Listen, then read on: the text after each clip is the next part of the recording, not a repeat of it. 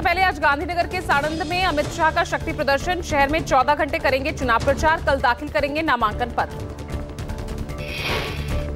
शाह आज अपनी लोकसभा सीट गांधीनगर से रोड शो के जरिए प्रचार कर रहे। उमड़ा जनसैलाब 14 किलोमीटर लंबे रोड शो के जरिए अपने मतदाताओं से मत की अपील करेंगे। इस दौरान अमित शाह वेजलपुर में एक विशाल सार्वजनिक बैठक में होंगे शामिल। जनता को संबोधित करेंगे। लोकसभा चुनाव के लिए बीजेपी की 13वीं लिस्ट जारी। रत्नागिरी सिंधुदुर्ग से नारायण राणे को मिला टिकट। शिवसेना शिंदे गुट के नेता कर रहे थे दावेदारी।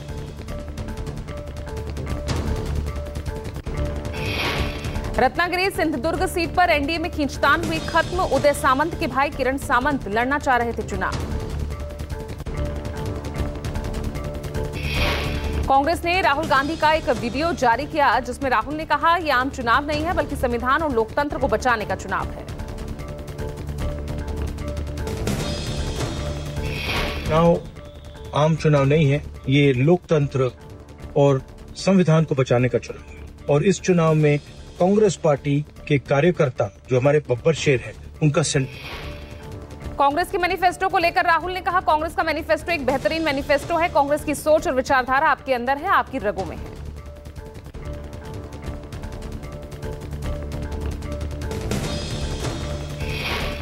बिहार के सारण में आरजेडी नेता सुनील कुमार सिंह की पिछली जुबान। लालू यादव की मौजूदगी में मंच से कहा रोहिणी आचार्य को भारी वोट से हराइए। वीडियो वायरल हुआ।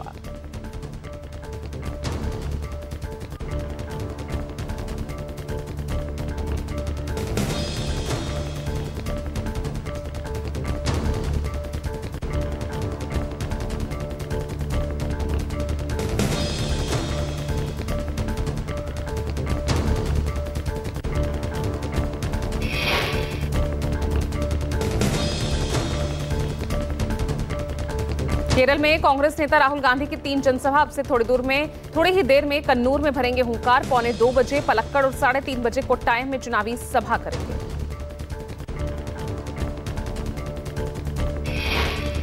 बहरामपुर में अधीर रंजन चौधरी से बीजेपी कार्यकर्ताओं ने की धक्का मुक्की। घायलों से मुलाकात करने जा रहे थे कांग्रेस उम्मीदवार अधीर रंजन चौधरी। बीजेपी को 150 सीट मिलेगी वाले राहुल के बयान पर फडणवीस का पलटवार। कहा इस बयान पर मैं सिर्फ हंसूंगा। राहुल का जमीन से थोड़ा भी जुड़ाव होता तो इतनी बुरी हालत नहीं होती। मैं सिर्फ हंसूंगा, इससे ज्यादा इसको क्या जवाब दिया जा सकता है। मुझे ऐसा लगता है कि थोड़ा भी इनका जमीन से टच होता तो शायद इनकी इतनी बुरी हालत नहीं होती। यूपी के अमेठी में हुंकार भरते हुए स्मृति ईरानी ने कहा 26 तारीख के बाद राहुल गांधी यहां आएंगे क्योंकि अब वायनाड ही उनका परिवार है। स्मृति ईरानी ने कहा लोग रंग बदलते हैं लेकिन हमने परिवार बदलते हुए पहली बार देखा है। राहुल आएंगे और हमें धर्म और जाति में बांटने का दुस्साहस करेंगे। जम्मू कश्मीर में पीडीपी प्रमुख महबूबा मुफ्ती ने बोला हमारा उद्देश्य एक दूसरे पर दोषारोपण करना नहीं है। हम इस समय मुश्किल हालात में हैं। हमारी जमीन और संसाधनों पर हमला हो रहा। हमारा मकसद नहीं एक दूसरे को इल्जाम लगाना। हम इस वक्त मुश्किल हालात में हैं। हमारे ऊपर हर वक्त हर रोज़ हमारी ज़मीनें हो, हमारे वसाइल हो, हमारी इज्जत नफ्स पे रोज़ हमला होता है। मुझे लगता है हमें उसके खिलाफ बात करनी चाहिए, उसके खिलाफ लड़ना चाहिए। पटना में बिहार के सीएम नीतीश कुमार पर तेजस्वी यादव ने साधा निशाना। कहा चुनाव के समय सीएम घर पर बैठे हैं, अब वो घर में हैं या उन्हें घर पर बैठा दिया गया है, सवाल उठता है। इतिहास में पहली बार ऐसा देखा कि मुख्यमंत्री जो है वह चुनाव के वक्त जो है घर में कैद हो, अब है या कर दिया गया है, ये सवाल उठता तो है। छपरा के सारण में आरजेडी प्रमुख लालू प्रसाद यादव बोले सारण की जनता ने मुझे राजनीति में पैर रखने का मौका दिया। सारण की जनता का कर्ज मैं कभी नहीं चुका पाऊंगा। जिला के लोगों ने मुझे राजनीति में पैर रखने का मौका दिया। सारण के लोगों का जो कर्ज है हमारे ऊपर, इस कर्ज को मैं उतार नहीं सकता। प्रचार के दौरान लालू यादव ने रोहिणी आचार्य को उम्मीदवार के रूप में जिताने के लिए कहा आपके कहने पर मैंने रोहिणी को सारण से आरजेडी का उम्मीदवार बनाया। अंबाला में बीजेपी नेता और हरियाणा के पूर्व मंत्री अनिल विज ने प्रियंका पर साधा निशाना। कहा जब कांग्रेस ईवीएम से जीतती है तो क्या तब प्रियंका गांधी सो रही होती है। वायनाड में तेलंगाना सीएम रेवंत रेड्डी ने कहा, बीजेपी का 400 पार का नारा अच्छा है, लेकिन ये नारा कामयाब नहीं होने वाला। रेवंत रेड्डी ने कहा, आज वोट के लिए प्रधानमंत्री को साउथ इंडिया याद आ रहा। यहां लोगों ने 2 बार बीजेपी को मौका दिया, लेकिन उन्होंने लोगों को सिर्फ धोखा दिया। पीएम पर निशाना साधते हुए सीएम रेवंत रेड्डी ने कहा, प्रधानमंत्री बताएं कि उन्होंने तेलंगाना को कितना फंड दिया, केरल को कितना फंड दिया। कर्नाटक के मंगलुरु में कांग्रेस उम्मीदवार आर पद्मराज ने कुद्रोली मंदिर में पूजा अर्चना की। दक्षिण कन्नड़ सीट पर 26 अप्रैल को मतदान होगा। राजस्थान के कोटा में बीजेपी उम्मीदवार ओम बिरला ने कांग्रेस पर साधा निशाना। कहा, राहुल अगर लीडर हैं तो इंडिया गठबंधन उन्हें प्रधानमंत्री उम्मीदवार घोषित करे। ओम बिरला बोले, कांग्रेस केवल जातियों के आधार पर देश में विभाजन की रणनीति के तहत चुनाव लड़ना चाहती है, जिसे लेकर कांग्रेस गलत तथ्यों को पेश कर रही है। अशोक गहलोत के बयान पर ओम बिरला का पलटवार। कहा, कांग्रेस के पास ना तो नेतृत्व है, ना नीति है और ना ही उनकी सरकार बनेगी।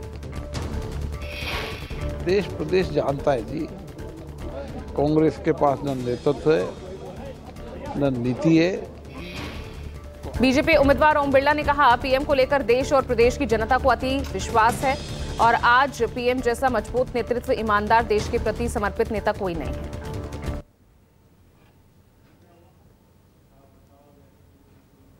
भारत की ताकत दुनिया में बड़ी है। दुनिया का एजेंडा तय करने की भारत की ताकत बड़ी है।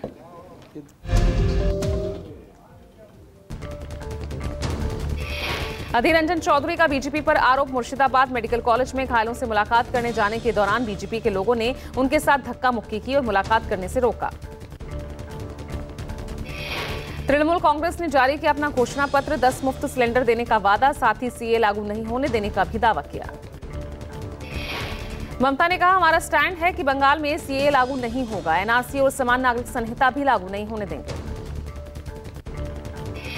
टीएमसी के घोषणा पत्र में सीए और एनआरसी को खत्म करने के जिक्र पर बीजेपी सांसद दिलीप घोष ने कहा, सबसे पहले तो आप ऐसा तभी कर पाएंगे जब आपका कोई उम्मीदवार संसद पहुंचे। तेजस्वी की सभा में मां को गाली देने पर जमुई में भड़के चिराग। कहा, महिलाओं का अपमान जंगल राज की याद दिलाता है।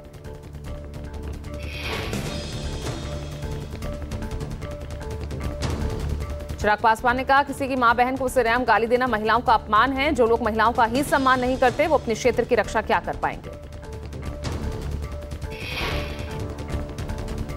गाली देने के मामले को लेकर तेजस्वी यादव और इस मामले में तेजस्वी यादव ने कहा, हमें इसकी कोई जानकारी नहीं है, हम अपना भाषण दे रहे थे, जनता में कौन क्या बोलता है मंच पर नहीं सुनाई देता। इसका कोई जानकारी नहीं है, हम भाषण दे रहे थे ना, हम तो अपना भाषण दे रहे हैं, है ना, उसमें तो कुछ समझ में आता नहीं है। पब्लिक में वहाँ नीचे बैठ करके कौन वीडियो बना रहा है, कौन क्या बोल रहा है नीचे से। यौन शोषण मामले में बृजभूषण पर टली सुनवाई। बृजभूषण सिंह पर चार्ज फ्रेम करने पर सुनवाई टली। 26 अप्रैल को बृजभूषण पर फैसला सुनाएगी कोर्ट। आज यूपी के बुलंदशहर और गौतम बुद्ध नगर के दौरे पर सीएम योगी आदित्यनाथ। ठाकुर वोटर को मनाने की होगी पूरी कोशिश। गौतम बुद्ध नगर से बीजेपी उम्मीदवार और सांसद महेश शर्मा से नाराज है ठाकुर वोटर्स। ऐसा माना जा रहा है कि यहां का ठाकुर वोटर बीएसपी के ठाकुर उम्मीदवार को सपोर्ट करने का दावा कर रहा। आज बागपत के दौरे पर रहेंगे आरएलडी प्रमुख जयंत चौधरी। बड़ौत और छपरौली विधानसभा क्षेत्र में शक्ति रथ पर सवार होकर करेंगे चुनाव प्रचार अभियान की शुरुआत। जम्मू कश्मीर के अनंतनाग के बिजबेहेड़ा में फिर से टारगेट किलिंग। गैर कश्मीरी की गोली मारकर हत्या। मृतक की पहचान बिहार निवासी राजू शाह के रूप में हुई। वहीं घटना के बाद अनंतनाग के जबलीपोरा बिजबेहेड़ा इलाकों में सुरक्षा बलों ने पूरी तरह से घेर लिया है। सर्च ऑपरेशन जारी है। जम्मू कश्मीर के पुंछ में सुरक्षा बलों को मिली बड़ी कामयाबी। सर्च ऑपरेशन के दौरान मिला। आज इलाहाबाद हाईकोर्ट मथुरा की शाही ईदगाह मस्जिद मामले पर सुनवाई करेगा। कोर्ट मस्जिद को हटाने की मांग करने वाले मुकदमे की स्थिरता को चुनौती देने वाली याचिका से सुनवाई करेगा। आज पूर्व सीएम हेमंत सोरेन के खिलाफ सुनवाई। लगातार समन भेजने के बाद भी ईडी के सामने ना पेश होने के खिलाफ कोर्ट की शिकायत। लोकसभा चुनाव के चौथे चरण के लिए गजट अधिसूचना जारी। आज से नामांकन। चौथे चरण में 10 राज्यों की 96 लोकसभा सीटों के लिए मतदान होगा। चौथे चरण के लिए 13 मई को सुबह 7 बजे से शाम 6 बजे तक वोटिंग होगी। झारखंड, मध्य प्रदेश, महाराष्ट्र, उत्तर प्रदेश, इसके साथ ही आंध्र प्रदेश, तेलंगाना, पश्चिम बंगाल और जम्मू कश्मीर के लोग करेंगे अपना मताधिकार का इस्तेमाल। मणिपुर में कल पहले चरण के लोकसभा चुनाव से पहले तैयारियां जोरों पर। इम्फाल पश्चिम के लामफेल पत में डीसी कार्यालय में मतदान की तैयारी जारी। चुनाव से पहले मणिपुर में NH-37 पर हिंसा की घटना पर सीएम बीरेन सिंह का बयान। आतंकवादी तो आतंकवादी होते हैं, कॉम्बिंग ऑपरेशन किया जा रहा। असम में पहले चरण का चुनाव कल। पहले चरण के लिए 100+ उम्र के 1500 मतदाता समेत 86,47,000 वोटर चिन्हित। असम के मुख्य निर्वाचन अधिकारी ने कहा, पहले चरण में 5 निर्वाचन क्षेत्रों में 10,001 मतदान केंद्र बनाए गए।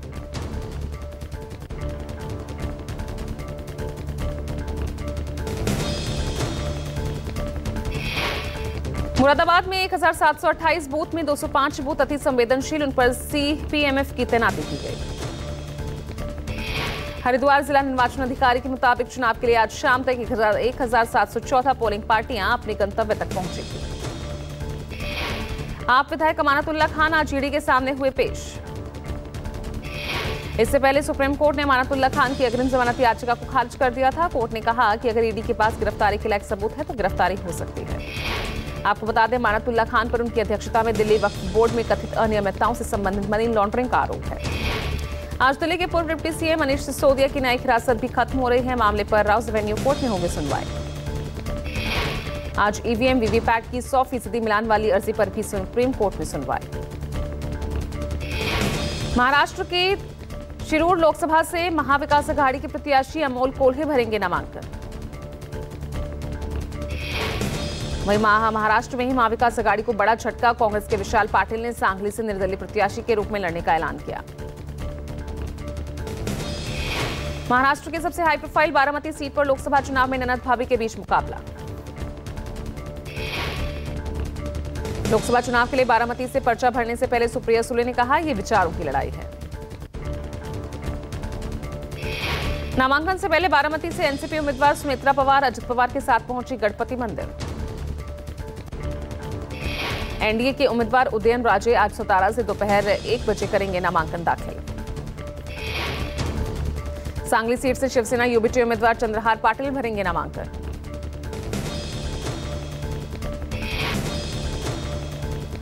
महाराष्ट्र के बच्चों में न्यूट्रिशन की जरूरत को अवेयरनेस और एजुकेशन के जरिए भी बताए गए।